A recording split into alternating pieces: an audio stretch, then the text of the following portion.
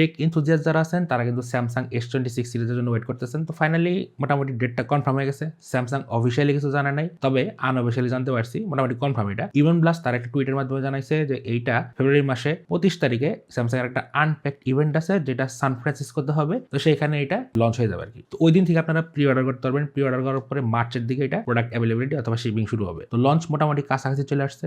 এই টাইমে যে লিক এবং রুমার্স থেকে যা পাইছি এটা মোটামুটি ধরতে পারেন 99% অ্যাকুরেট হবে। আপাতত স্যামসাং S26 সিরিজে 4টা কালার কনফার্ম হয়ে গেছে। এখানে কোনো রকম অরেঞ্জ অথবা কোনো রকম মানে হাই কন্ট্রাস্ট কালার এখনো পাওয়া যায় নাই, কনফার্ম হয় নাই, তবে সম্ভাবনা আছে। 4টা কালার যেটা পাওয়া গেছে সেটা হচ্ছে black shadow, white shadow, galactic blue এবং আল্ট্রা ভায়োলেট। এই 4টাই কনফার্ম হয়ে গেছে এবং মডেলের ক্ষেত্রে 3টা মডেল থাকবে এখানে। Samsung Galaxy S26, S26 plus, S26 ultra. 3টা সেটের থিকনেস জানা গেছে। S26 এর থিকনেস থাকবে 6.9 mm, S26 প্লাস এর থিকনেস থাকবে 7.3 mm এবং S26 আল্ট্রার থিকনেস থাকবে 7.9 mm। তো এইখানে থিকনেসটা কমন হয়েছে।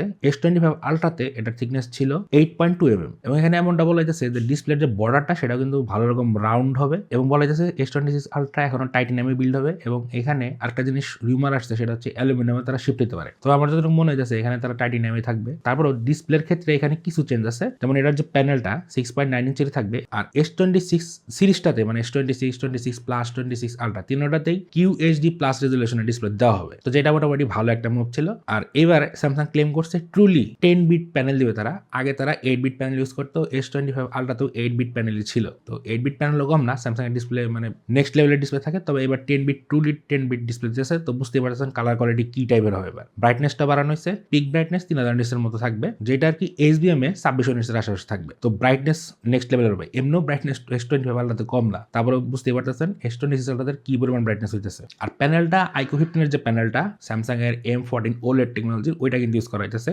S26 আল্ট্রাতে। নতুন যে টেকনোলজি স্যামসাং এখানে অ্যাড করছে এবার সেটা হচ্ছে ফ্লেক্স ম্যাজিক পিক্সেল। তো ফ্লেক্স ম্যাজিক পিক্সেলটা এরকম ভাবে কাজ করে, এটা আপনার AI এর মাধ্যমে আপনার ডিসপ্লে যে পিক্সেলগুলো আছে সেগুলোকে রোটেট করিয়ে দেয় যদি অন্য কেউ আপনার ডিসপ্লে দেখে তাকাইতে যায় সেই ক্ষেত্রে। তো এই জিনিসটা মোটামুটি কনফার্ম এটা S26 সিরিজে আসতেছে। তো এটা বেশ ফিউচার প্রুফ মনে হয়েছে এবং এটা বিভিন্ন সেফটির ক্ষেত্রে কাজ করবে। সেক্ষেত্রে আপনাকে এক্সট্রা করে আর প্রাইভেসি গ্লাস লাগাইতে হবে না। তারপরেও এখানে যে অ্যান্টি রিফ্লেক্টিং এর ব্যাপারটা সেটা কিন্তু থাকতেছে, এবার থার্ড জেনারেশন থাকবে সেটা। তো এক্সট্রা সিকিউরিটি হিসেবে এগুলো অ্যাড করা হয়েছে। আর ডিসপ্লেতে আরো বলা হয়েছে এখানে চিন বেজেলগুলো আরো ন্যারো হবে। যদি আমি বুঝতেছি না S25 আল্ট্রার যে ডিসপ্লেটা সেটা অনেক ন্যারো, তারপরে কিভাবে চিন বেজেল আরো ন্যারো করবে সেটাই বুঝতেছি না, তবে এটা মোটামুটি কনফার্ম। ক্যামেরা সেকশনে খুব একটা চেঞ্জেস নাই, মেইন সেন্সর টেলিফোটো সবকিছু আগের মতোই দেখতেছি এবং এখানে একটা জিনিস মোটামুটি শুনলাম সেটা হচ্ছে আপনার মেইন সেন্সরের যে ফোকাল লেন্থটা সেটা চেঞ্জ করা হয়েছে আর সামনের যে সেলফি শুটারটা সেটা 12 মেগাপিক্সেল থাকবে, সেখানেও কোনো খুব একটা চেঞ্জেস নাই। তবে এখানেও ফিল্ড অফ ভিউ চেঞ্জ করা হয়েছে আর একটু ওয়াইড করা হয়েছে। আগে ছিল 80 ডিগ্রি, এখন করা হইতেছে 85 ডিগ্রি। মোটামুটি ফিল্ড অফ ভিউটা বড় হবে, এইটাই ওয়াইড হইতেছে এতটুকুই। প্রসেসর সেকশনে এখানে মোটামুটি কনফার্ম, এটা আপনার কোয়ালকম স্ন্যাপড্রাগনের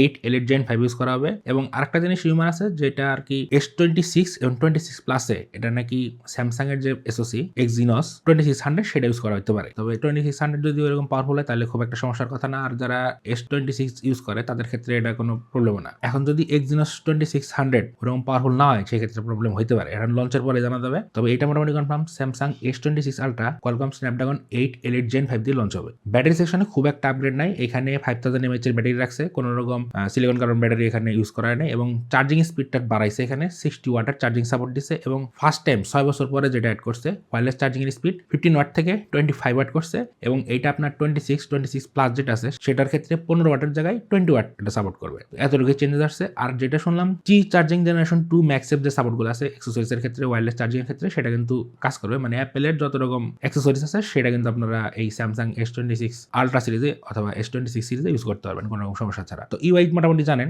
স্যামসাং এর One UI 8.5 থাকবে, এখানে অ্যান্ড্রয়েড 16 থাকবে, 7 বছরের আপনারা অ্যান্ড্রয়েড আপডেট পাবেন, সিকিউরিটি প্যাচ পাবেন। তো এগুলো কমন বিষয়। এর ক্ষেত্রে কিছু কিছু নতুন আপডেট আসছে, যেমন বিক্সবি আসতেছে। বিক্সবির মধ্যে কিন্তু ChatGPT এবং পারপ্লেক্সিটি এটা কিন্তু অ্যাড করে দিতেছে তারা এবং যতটুকু শুনলাম এখানে বিক্সবি কিন্তু সেটার ভিতরের যে কাজগুলো সেগুলো খুব ভালোভাবে করতে পারে, যেমন অ্যালার্ম দেওয়া, সেটার কোনো ফাংশন অন অফ এগুলো করা, এগুলো ভালোভাবে করতে পারে। তো এটা নতুন আপডেট। আর নতুন একটা জিনিস শুনলাম সেটা হচ্ছে ইমেজ প্রাইভেসি প্রোটেকশন। এখানে আপনারা কোনো রকম ব্যাংক ডিটেলস অথবা কারো কোনো পরিচয়পত্র অথবা আইডেন্টিটি কার্ড যখন শেয়ার করবেন তখন কিন্তু এটা আপনার পার্সোনাল ডিটেলস গুলো হাইড করে দেবে। সেক্ষেত্রে আপনার ক্রেডিট কার্ডের CVV হতে পারে, তো এগুলো আপনারা হাইড করে দেবে অটোমেটিক্যালি শেয়ার করার সময়। আর ডিসপ্লের ক্ষেত্রে যে টেকনোলজির কথা বললাম ফ্লেক্স ম্যাজিক পিক্সেল, তো ওইটার ক্ষেত্রে কিন্তু AI এর মাধ্যমে এটা হবে। তো ওইটার ক্ষেত্রে আর কি আপনার গেস্ট ডিটেকশন অপশন থাকবে, তো আপনার সাইড থেকেও উকি মারলে সেটা অটোমেটিক্যালি প্রাইভেসি প্রোটেক্টরে কাজ করবে ফিজিক্যালি আর কি। তো এতটুকু মোটামুটি কনফার্ম। এখন টাকা পয়সার ব্যাপারে আসি যে প্রাইস কত হইতেছে। S26 যেটা প্রাইসিং দেখলাম বাড়ে নাই খুব একটা, $1300 থাকবে অ্যারাউন্ড আর কি। তো যেটা আর কি বাংলা টাকায় কনভার্ট করলে যেটা আপনার 1,60,000 এর আশেপাশে হয়। তবে